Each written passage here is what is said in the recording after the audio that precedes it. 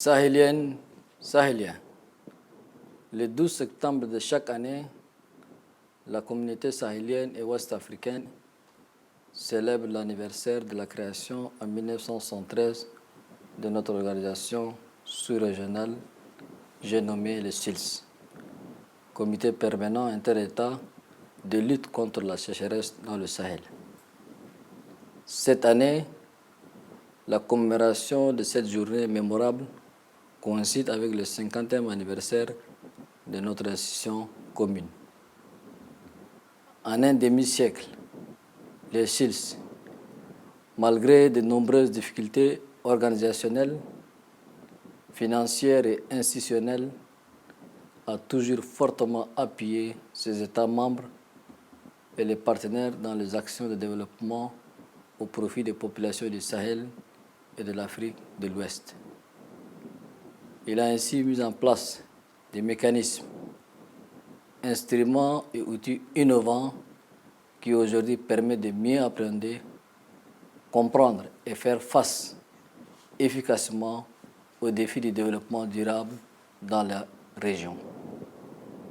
Ces défis sont entre autres la lutte contre la sécheresse et les effets néfastes du changement climatique, la non-maîtrise de l'eau et de l'énergie, le dysfonctionnement du marché régional des produits agroalimentaires, l'insécurité alimentaire et nutritionnelle, la gestion des pesticides, la problématique des populations, la formation, pour ne citer que ceci. Sahéliennes, Sahéliens. Notre institution fait partie des premières organisations intergouvernementales post-indépendance créées pour doter notre région d'une technostructure scientifique et technique. Elle est née d'une vision des chefs d'État sahéliens, Burkina Faso, Mali, Mauritanie, Niger, Sénégal et Tchad, qui se sont réunis le 12 septembre 1973 à Ouagadougou, au Burkina Faso, pour évaluer les effets dévastateurs de la grande sécheresse qui frappait la région. Ces pères fondateurs ont très vite perçu les défis que constituent les changements du climat, bien avant que le sujet ne soit aujourd'hui au cœur de l'actualité et de l'agenda international. Ainsi, la création du SILS est à la fois une réponse politique par la mutualisation des moyens et la solidarité régionale et une réponse technique pour prendre en charge les défis que posaient la sécheresse et l'insécurité alimentaire. Comme vous le voyez, le SILS, c'est d'abord un état d'esprit de solidarité pour faire face à un destin commun avant d'être une organisation. Des 6 États membres à sa création, le SILS compte aujourd'hui 13 membres avec l'adhésion du Bénin, de la Côte d'Ivoire, de la Gambie, de la Guinée, de la Guinée-Bissau et du Togo. Le Soudan et la République centrafricaine attendent la matérialisation de leur adhésion effective. Comme on le dit, l'union fait la force. Aujourd'hui, la renommée et les acquis de notre institution vont au-delà de ces 13 États membres et s'étend à tout l'espace CEDEAO, la Mauritanie et le Tchad, soit 17 pays. Ceci démontre à suffisance la pertinence de ce mandat, des actions menées ainsi que les importants acquis engagés par notre institution au fil de ces 50 années d'existence au profit de nos vaillantes populations. Sahéliennes, Sahéliens. Ainsi donc a commencé la construction du système SILS avec son institutionnalisation à travers un secrétariat exécutif basé à Ouagadougou, au Burkina Faso. Le centre régional Agrimed, devenu centre climatique régional pour l'Afrique de l'Ouest, et le Sahel, basé à Niamey, en République du Niger, et l'Institut du Sahel, installé à Bamako, en République du Mali.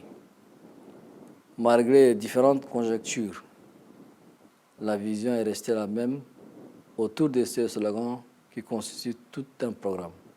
Et notre Sahel est possible. Ce qui justifie d'importants investissements dans la recherche de la sécurité alimentaire et nutritionnelle, et la lutte contre les effets de la désertification et du changement climatique pour un équilibre écologique et un développement durable au Sahel et en Afrique de l'Ouest. Depuis sa création, le SILS a été pionnier dans divers domaines, notamment la sécurité alimentaire, l'énergie solaire, l'énergie domestique, la transformation des produits agroalimentaires, l'éducation environnementale, le suivi écologique et l'impact de la sécheresse, la gestion des pesticides, la recherche sur la question des populations et du développement, etc. Il a été toujours le porte-voix et à côté de ses États membres au niveau continental dans l'élaboration des politiques publiques et des conventions internationales sur le système alimentaire, la désertification et les changements climatiques. Sahélienne, sahélien.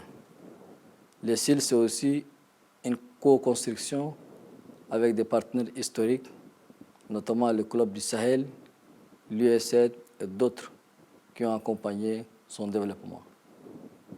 En effet, grâce à l'appui des partenaires techniques et financiers, la région ne peut plus jamais être surprise par les catastrophes naturelles comme les inondations et les sécheresses.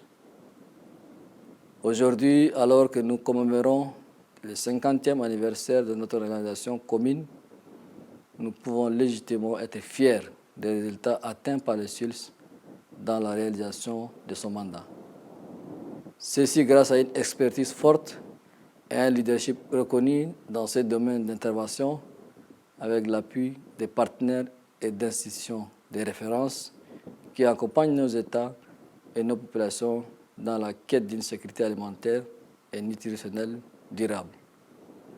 Je voudrais le remercier, ainsi que tous les autres partenaires, notamment la Banque mondiale, la Banque africaine de développement, la Banque islamique de développement, l'Union européenne, l'Agence française de développement, la coopération canadienne, suisse, espagnole, etc.